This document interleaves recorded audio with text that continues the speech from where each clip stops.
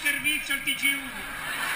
Bene, siamo in una piazza storica, siamo in una piazza che si chiama Vittoria, non è un caso, non è un caso. Gli ultimi che hanno parlato in questa piazza meravigliosa è stato Pertini, che ha dato inizio a una grande rivoluzione partita da Genova contro il governo Tambroni, se vi ricordate. Se fosse vivo sarebbe qua anche lui a parlare. Fantastico. E l'ultima. Grazie. Grazie. Là in fondo, venite a me. Dunque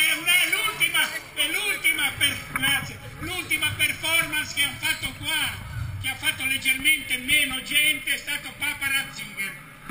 Ha fatto un pochino di meno, ma come vedete i tempi cambiano. Un Papa dà le dimissioni, un amministratore delegato tedesco del Vaticano se ne va e al suo posto